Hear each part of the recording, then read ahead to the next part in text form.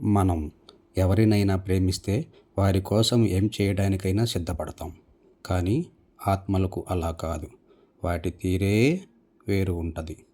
అసలు ఆత్మలు ఎవరినైనా ఇష్టపడితే ఏం చేస్తాయి అనేది ఈ కథలో మనం తెలుసుకుందాం.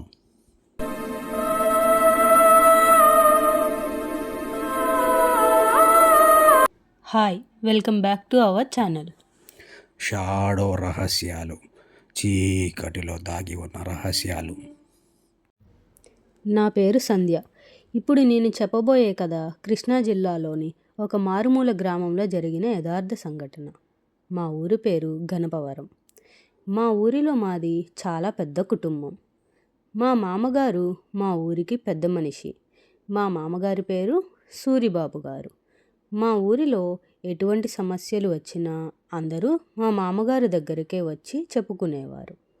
ఆయన ఊరిలో పెద్ద మనిషి మాత్రమే కాదు, ఆయన మనసు కూడా చాలా పెద్దది.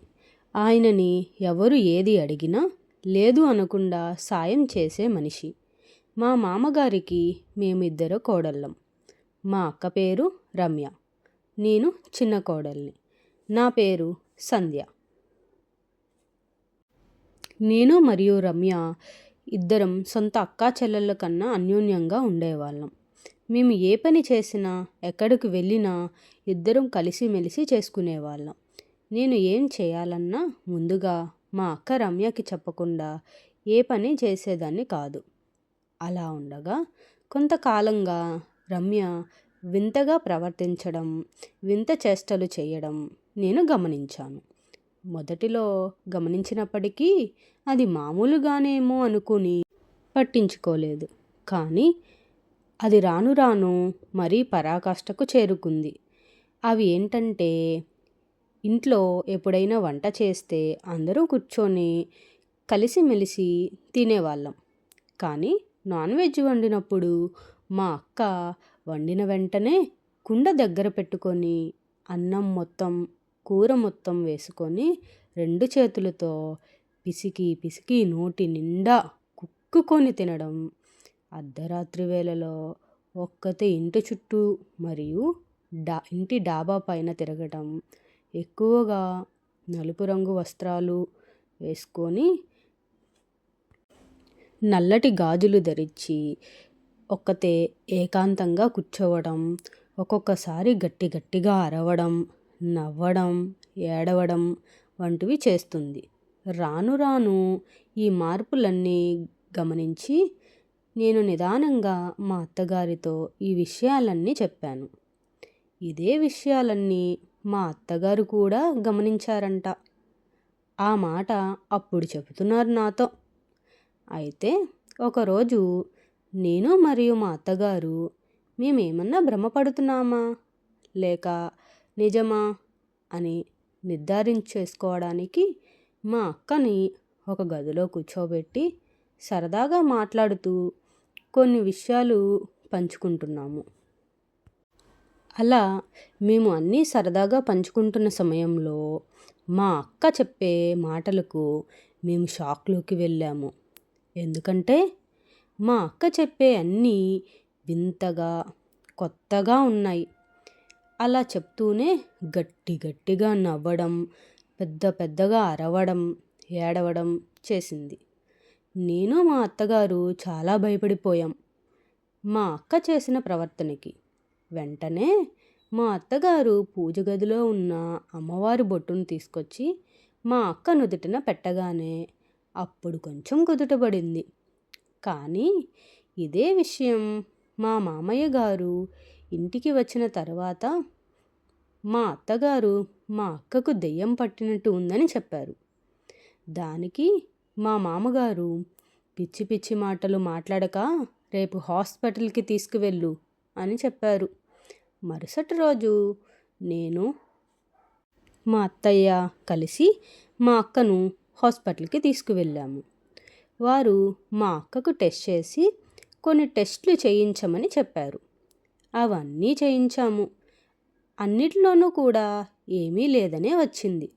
సరే, ఏమన్నా విటమిన్ లోపం కానీ ఐరన్ లోపం కానీ ఉందేమో అనుకొని బలానికి కొన్ని మందులు రాసి పంపించారు. అవి వాడుతూనే ఉన్నాము కానీ మా అక్కలో ఎటువంటి మార్పు లేదు. ఇంకా రాను రాను ఇంకా నీరసించిపోతూ ఇంకా మూర్ఖంగా తయారవుతుంది. ఇంకా ఇలా లాభం లేదు అనుకొని ఒకరోజు మా మామగారు ఊరిలో లేని సమయం చూసుకొని మా అత్తగారితో అక్కని ఎవరైనా భూత వైద్యుడి దగ్గరికి చూపిద్దాం అని గట్టిగా చెప్పాను. చెప్పిన వెంటనే ఆలస్యం చేయకుండా నేను మరియు మా అత్తగారు మా అక్కని తీసుకొని మా ఊరి దగ్గరలో ఉన్న భూత వైద్యుడి దగ్గరికి వెళ్ళాము. అక్కడికి వెళ్ళిన తర్వాత మేము లోపలికి తీసుకువెళ్ళడానికి ప్రయత్నిస్తున్నాము కానీ మా అక్క లోపలికి రాను అంటూ లోపల అడుగు కూడా పెట్టడం లేదు. గుమ్మం దగ్గరే కూర్చొని గట్టి గట్టిగా అరవడం, పెద్ద పెద్ద కేకలు వేయడం చేస్తుంది. మా అక్క అలా చేస్తూ ఉండగా మాకు భయం వేసి ఏం చేయాలో తెలియక నేను మా బావగారికి మా మామయ్య గారికి కాల్ చేశాను. ముందుగా మా బావగారు వచ్చారు. ఆయన సిచ్యువేషన్ మొత్తం చూసి మా అత్తగారిని అరిచి మా అక్కను ఇంటికి తీసుకువెళ్ళడానికి చెయ్యి పట్టుకోగా అప్పుడే ఒక పెద్ద వాయిస్ బయటకు వచ్చింది. అది ఎవరిదో కాదు, అక్కదే. చెయ్యి వదలరా అని గట్టిగా వచ్చింది. మాకు ఒక్కసారిగా ఏమీ అర్థం కాలేదు. మా బావగారు అయితే ఒక్కసారిగా ఉలిక్కిపడి అక్క చెయ్యి వదిలేశారు. ఇంకా ఇలా జరుగుతుండగా ఈ కేకలకి ఈ గొడవకి లోపల ఉన్న భూత వైద్యుడు బయటికి వచ్చాడు. ఆయన బయటకు వచ్చి మమ్మల్ని మీరు అందరూ పక్కకి జరగండి, విషయం ఏంటో నేను కనుక్కుంటాను అని చెప్పారు. వెంటనే మేము అందరం పక్కకి జరిగాము. మా అక్కని లోపలికి రా అమ్మా అన్నారు. నేను రాను, నువ్వు ఎవడివి అనింది. అప్పుడు ఆయన నీకు నేను సహాయం చేయడానికి వచ్చాను అమ్మా, నీకేం సహాయం కావాలో చెప్పు అన్నారు. దానికి మా అక్క నువ్వెవడివిరా నాకు సాయం చేయడానికి, నాకేం కావాలో నేను చేసుకోగలను అనింది. దానికి ఆయనకు విషయం అర్థమై లోపల నుంచి ఏదో నీరు తీసుకొచ్చి మా అక్కపై చల్లడానికి ప్రయత్నిస్తుండగా అప్పుడు మా అక్క భయపడి నాపై ఏమీ చల్లకండి, నేనే వస్తాను అని చెప్పి గట్టిగా అరిచింది. అయితే లోపలికి రా అని చెప్పి లోపలికి తీసుకువెళ్ళారు. మమ్మల్ని బయటే ఉండమనడంతో మేము బయటే ఉన్నాం. కానీ మాకు లోపల ఏం జరుగుతుందో చూడాలని ఆతృత ఆగక అక్కడ ఉన్న కర్టన్ను కొంచెం పక్కకు జరిపి దానిలో నుంచి తొంగి చూస్తున్నాము. ఆయన నీ పేరేంటి అని అడిగారు. నేను చెప్పను, నీకెందుకు చెప్పాలి అనింది. ఆయన వెంటనే పక్కన ఉన్న వస్తువుని తీసి తలపై పెట్టడానికి ప్రయత్నిస్తుండగా అప్పుడు తన పేరు చెప్పింది. ఏమని అంటే మీరా అని గట్టిగా చెప్పింది. అప్పుడు దానికి ఆయన నువ్వు ఈ రమ్య శరీరంలోకి ఎందుకు వచ్చావు అని అడిగారు. దానికి ఆమె ఈ అమ్మాయి నాకు నచ్చింది, అందుకే నేను ఈ అమ్మాయిని తీసుకువెళ్ళడానికి వచ్చాను అని చెప్పింది. తీసుకువెళ్ళి ఏం చేస్తావు అని అడిగారు. నాతో పాటే ఉంచుకుంటాను అని చెప్పింది. అది మాత్రమే కాదు, మా అక్కని ఆమె ఎప్పుడో అమావాస్య రోజే చూసిందంట. అప్పుడు మా అక్క నచ్చడంతో మా అక్కను చంపడానికి ప్రయత్నిస్తుందంట. ఇప్పటికి 2 అమావాస్యలు పూర్తయినాయి. ఇంకో రాబోయే అమావాస్య 11 రోజుల్లో ఉంది. ఆ అమావాస్య అయిన తర్వాత తీసుకువెళ్ళిపోతాను అని చెప్పింది. దానికి భూత వైద్యుడు నువ్వు ఈ అమ్మాయిని వదిలిపెట్టి వెళ్ళు అని చెప్పి గట్టిగా చెప్తున్నారు. దానికి ఆమె నేను వెళ్ళను, నాకు బాగా ఆకలిగా ఉంది, ముందు బిర్యానీ తీసుకురా అంది. దానికి ఆ భూత వైద్యుడు ఇప్పుడు బిర్యానీ ఎక్కడి నుంచి తీసుకురాను అన్నాడు. అప్పుడు అక్క ఆయన పక్కన ఉన్న కుర్రవాడిని చూస్తూ, ఏంట్రా బిర్యానీ దాచుకొని ఒక్కడివే తింటావా, నాకు పెట్టవా అనింది. దానికి భూతవైద్యుడు ఏమీ అర్థం కానట్టు మొహం అమాయకంగా పెట్టి పక్కన ఉన్న కుర్రవాడిని చూశాడు. చూసి ఆ కుర్రవాడి కళ్ళల్లో కళ్ళు పెట్టి చూసి, ఏరా ఏంటి బిర్యానీ తెచ్చుకున్నావా అని అడిగాడు. అప్పుడు ఆ కుర్రవాడు అవును గురువుగారు అని చెప్పాడు. అయితే ఆ బిర్యానీ తీసుకొచ్చి ఆమెకివ్వు, నీకు నేను వేరే బిర్యానీ తెప్పిస్తానని అన్నాడు. అనడంతో ఆ కుర్రవాడు తీసుకొచ్చుకున్న ఆ బిర్యానీ పొట్లం ఇచ్చేసి పక్కన నిలబడి చూస్తూ ఉన్నాడు. వెంటనే మా అక్క బిర్యానీ ఓపెన్ చేసి 2 చేతులతో ఆదరా బాదరాగా నోటి నిండా కుక్కుకొని తినడం మొదలుపెట్టింది. ఆ కుర్రవాడు పక్కనే ఉన్న కుండలో నుంచి ఒక గ్లాస్ వాటర్ కూడా తీసుకొచ్చి మా అక్క దగ్గర పెట్టాడు. ఆ వాటర్ని తాగుతూ బిర్యానీ మొత్తం పూర్తి చేసింది. అలా తినడం పూర్తి అయిన తర్వాత ఆ భూతవైద్యుడు, ఇంక తిన్నావుగా వెళ్ళు అని అన్నాడు.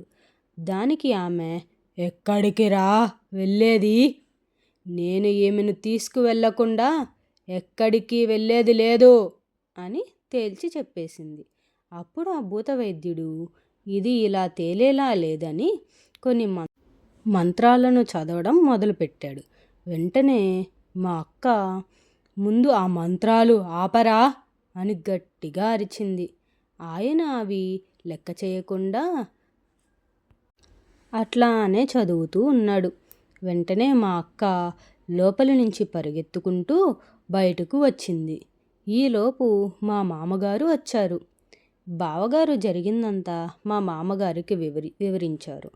ఇంకా విషయం అర్థం చేసుకున్న మా మామగారు మరియు మా బావగారు ఇద్దరూ కలిసి మా అక్కను లోపలికి తీసుకువెళ్ళడానికి ప్రయత్నించగా మా అక్క అక్కడే ఉన్న ఒక బైక్ను గట్టిగా పట్టుకొని నేను లోపలికి రాను అని చెప్పి గట్టిగా రోడ్డు మీద కేకలు వేయడం మొదలుపెట్టింది. చుట్టుపక్కల వారందరూ మమ్మల్నే చూస్తున్నారు. అలా చూస్తూ ఉండగానే పక్కనున్న బండిని కూడా గట్టిగా లాగిపడేసింది. మేము అదంతా చూస్తూనే ఉన్నాం. మాకు ఏమీ అర్థం కావడం లేదు. అసలు ఆ బండిని ఎట్లా లాగిపడేసిందంటే ఏదో చిన్న ఆట బొమ్మను లాగినట్టు లాగిపడేసింది. ఇంకా మేమందరం గట్టిగా ప్రయత్నించి ఏదో ఒక రకంగా లోపలికి తీసుకువెళ్ళాము. ఈలోపు భూతవైద్యుడు పూజకి మొత్తం సిద్ధం చేశాడు. మా అక్కను తీసుకువెళ్ళి మేము ఆయన గీసిన ముగ్గులో కూర్చోబెట్టాము.